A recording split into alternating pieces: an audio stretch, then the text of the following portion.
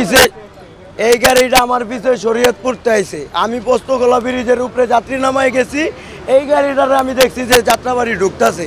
তাই এই গাড়িটা যাত্রী নামাইছে দোলাইপাড় যাত্রী নামানোর পর এই গাড়িটা এই যে আপনি ক্ষতিগ্রস্ত হইলো।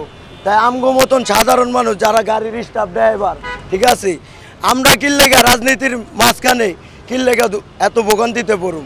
আমরা কি অপরাধ করছি? এই যে গাড়ি জ্বালায়া দেয়, ধরায়া দেয়। তাই আমগো মতন লোক এই যে যেমন এই গাড়িটা আল্লাহ না করুক, আমি ওর পিছে যদি আইতাম তাই এই গাড়িটা তো আমার হাতেও পড়তে পারতো, তাই আমিও তো ক্ষতিগ্রস্ত হইতে পারতাম, তাই না? তাই এই ধরনের কাজ হইলে তাহলে আমগো মতন গরিব মানুষ এটার সমাধান কেমনে পামু, কার কাছে পামু? মানে রাজনীতির মাঝখানে আমরা কিল্লেগা মানে এত ভোগান্তি আমগো মতন সাধারণ মানুষের হইব? আমগো কিল্লেগা ভুগবো? আওয়ামী লীগ করুক, বিএনপি করুক, জামাত করুক, যা মন চায় তাই করুক, কিন্তু আমগো কথা যে এই যে গাড়িগুলো যে পুইরা দেয়, এই গাড়িগুলো কিল্লেগা পড়বো? আমগো মতন মানুষ কই যাবো? এটা আমগো এটার উপযুক্ত বিচার আমরা চাইতাছি, সরকারের কাছে চাই যে এই গাড়িটার 3টা মালিক গাড়িটা 15-16 দিন কিনছে, এই গাড়িটার ক্ষতিপূরণ আমরা চাই।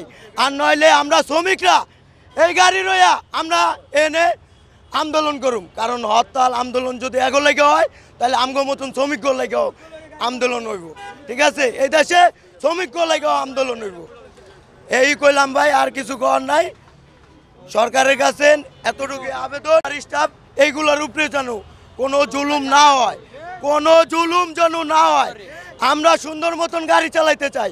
আমগো মালিক অনেক কষ্ট করে গাড়িগুলো কিনে, আমগো মালিক কিনলে এই যে বেটাটা স্টক করছে হাসপাতালে, আমি এখন গাড়ি দেউম নাকি আরে দেখতে যাবো? আমি এখন গাড়ি দেখবো না আরে দেখতে যাবো? তাই এরকম ভাই আমগোরে আর কষ্ট দিয়েন না। ড্রাইভারের কাছে নুনমো, ড্রাইভার তো হাসপাতালে, ড্রাইভারও তো ক্ষতিগ্রস্ত হয়েছে।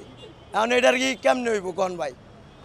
তাই ভাই যাই হোক, রাজনীতির মাঝখানে আমগো মতন স্টাফ ড্রাইভার যারা গাড়ির মালিক এগোরে আপনারা হয়রানি করেন না। কারণ আমরা অনেক স্টাফ ড্রাইভার আছি, আমরাও আন্দোলন করতে পারি, কিন্তু এইগুলো আমরা করি না, আমরা কর্ম করি। আমগো কর্ম করে খাইতে দেন, দোহাই আল্লাহর কিরা আমগো কর্ম করে খাইতে দেন।